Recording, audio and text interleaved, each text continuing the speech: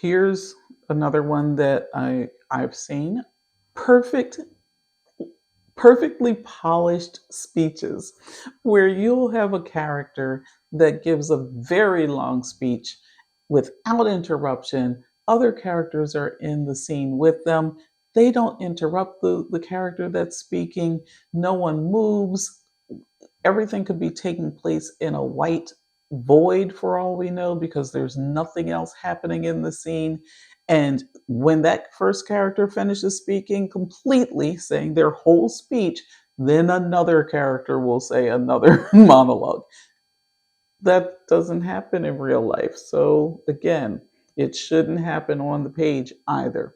When we're having real conversations, you'll notice that topics shift. I'm sure I've shifted topics in this video already, and this is a one sided conversation.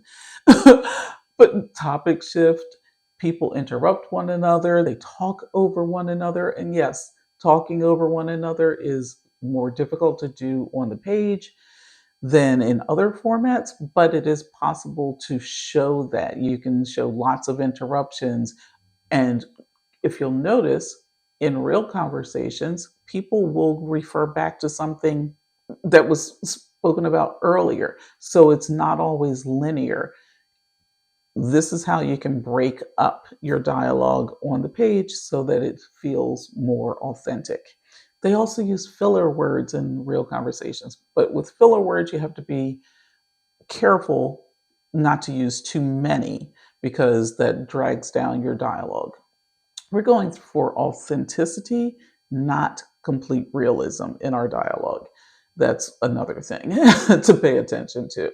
Remember, the goal isn't perfect realism, it's the illusion of realism while keeping the story moving forward.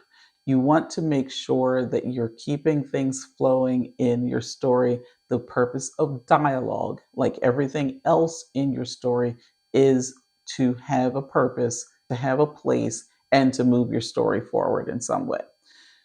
So here's an exercise that you can do. Record a real conversation with permission, of course, so that you can then transcribe everything that was said in that conversation. You'll notice how it's very different from written dialogue. So, some of those differences you want to keep, others you want to throw away. Again, filler words and some other verbal tics that might not be appropriate for your style of writing. But the goal is to find that sweet spot between authenticity and purpose in your dialogue.